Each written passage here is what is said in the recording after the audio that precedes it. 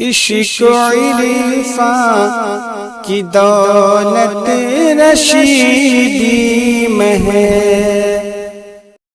आज हम और आप जलालतुल इल्म क़ुत्ब पूर्णिया मुनाज़िर अहले सुन्नत मुसन्निफ़ कुतुब अदीदा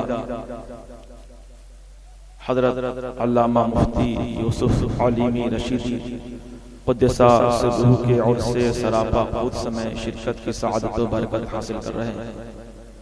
अल्लाह रब्बुल इज़्ज़त की बारगाह में दुआ है कि हम सबों की शिरकत को अपनी बारगाह में शर्फ़ क़बूलियत अता फरमाए और इस पर अपनी शान शान के मुताबिक अजर जज़ील नसीब फरमाए।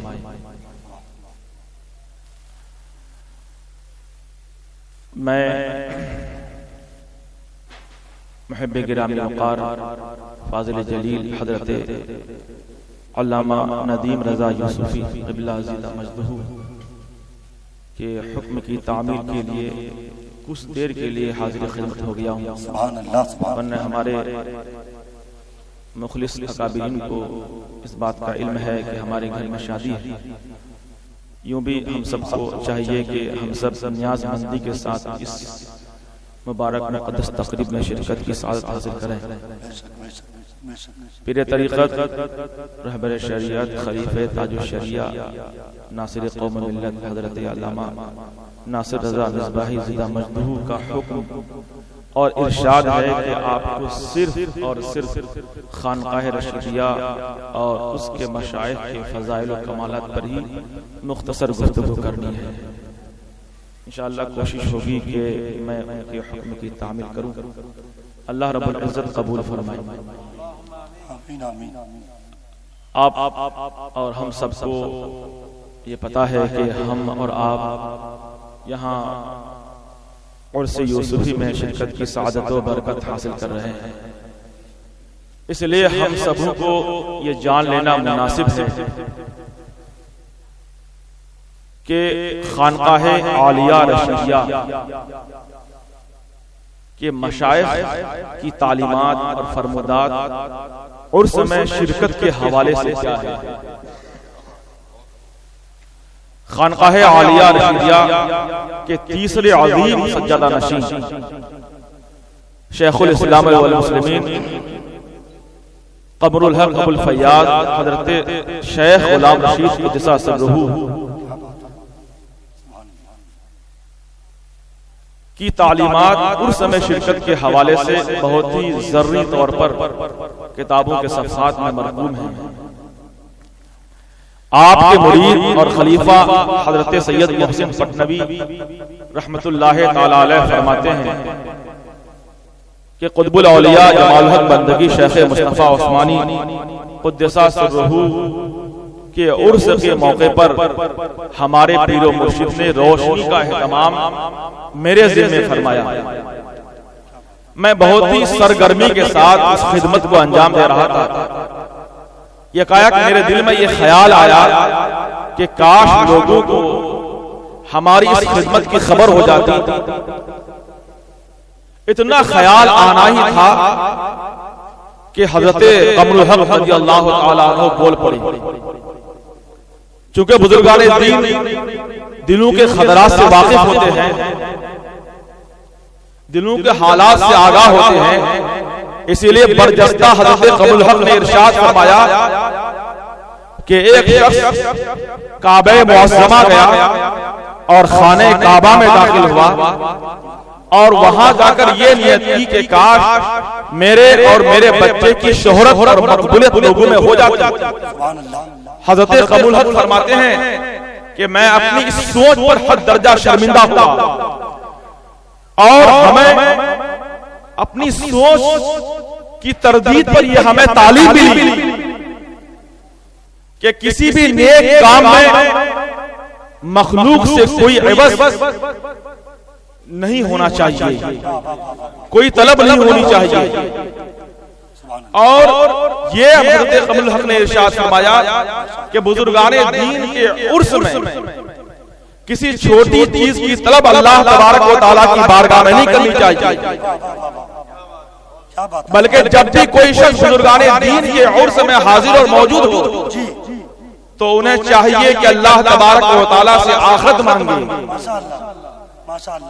आखिरत में राहत व आफियत मांगे। इसलिए कि बुजुर्गाने दीन की अरवाह तैयबात उर्स के दिन हाजिर हुआ करते हैं। तो हजरत कमल हक रज़ी अल्लाह तआला अन्हु की तालीमात उर्स में शिरकत के हवाले से यह है कि हमें उर्स मुक़द्दस के मौके पर अल्लाह तबारक व तआला की बारगाह में सिर्फ और सिर्फ गैर मामूली बड़ी बातों की तलब करनी चाहिए। बुजुर्गान दीन औलिया कामिलीन दिलों के खतरात से वाकिफ होते हैं, दिलों के हालात से आगाह होते हैं। सैयदुस सादात मम्मुल बरकात शहूदुल हक हज़रत सैयद शाहिद अली सब्ज़पोश रहमतुल्लाह तआला अलैह ने हजरत कुतुबुल उरफा वल उशाक हजरत अब्दुल अलीम आसिफ गाज़ीपुरी के हवाले से यह जिक्र फरमाया है कि सीवान में एक शख्स जिनकी हालत जार हो गई थी, बचने की कोई उम्मीद नहीं थी, उस शख्स के दिल में यह ख्वाहिश हुई कि काश हम किसी भी तरह सरकार आसी के दस्ते हक पर बैत का शर्फ हासिल कर लेते। लेकिन चूंकि एक तरफ वो जहां गरीब थे वो अपने घर सरकार आसी को बुलाने के काबिल नहीं थे, वहीं पर वो सेहतमंद भी नहीं थे कि जौनपुर शरीफ जाकर वो बैत का शर्फ हासिल करते। अभी सीवान में रहने वाले शख्स के दिल में ये ख्वाहिश उमड़ती है कि काश हम सरकार आसी के मुकद्दस हाथ पर बैत का शर्फ हासिल कर दे। इधर सरकार आसी गाज़ीपुरी ने जौनपुर शरीफ में रह करके अपने खादिम खास से फरमाया कि सीवान में रहने वाले फला शख्स का नाम मुरीदीन के फेरिस्त में लिख लो। इधर मुरीदीन, इधर खादिम खास,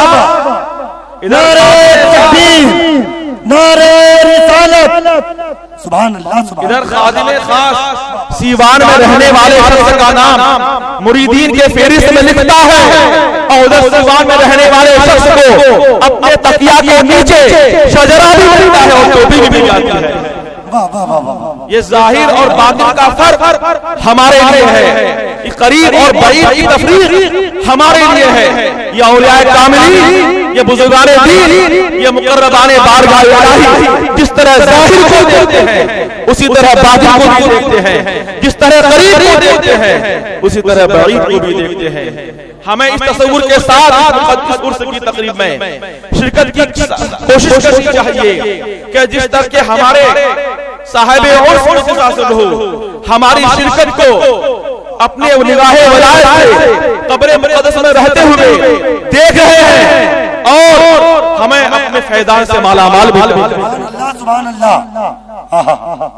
अगर वैसे हमारे सिलसिले रशीदिया के मशाइख की तालीम यह है कि उनके तसर्रुफात को, उनके करामात को लोगों के सामने बयान नहीं किया जाए, बल्कि ये भी हिदायत है कि कोई शख्स अगर पीर की मौजूदगी में पीर की करामत को बयान करता है तो वो शख्स हिसाब में मुब्तला हो जाता है। चुनान हजरत सैयद नजाबत अली सिकंदरपुर के रहने वाले एक शख्स थे, वो चूंकि गरीब थे, मुफलिस थे, खानकाह रशीदिया जौनपुर शरीफ में पीरों की खिदमत में वो रहा करते थे। लकवे की वजह से उनकी जबान में लुकनत हो गई थी, बोलने में दिक्कत होती थी। हजरत सरकार आसिफ से अर्ज की हुजूर आप दुआ फरमाएं या कोई तदबीर बताएं कि हमारी लुकनत दूर हो जाए और बोलने में जो परेशानी वो दूर हो जाए। तो सरकार आसिफ गाज़ीपुरी ने फरमाया कि मियां दीवान जी के मज़ारे पाक पे जाओ और वहां जाकर के उनकी खाक को जबान पे लगाओ, चाटो, तुम्हारी लुकनत दूर हो जाएगी। खुदा की कसम ये नजाबत अली का बयान है कि मैंने सिर्फ एक बार अपनी जबान को सरकार दीवान जी की मज़ार से लगाना था कि लुकनत दूर हो गई और बोलने में जो परेशानी थी वो खत्म हो गई।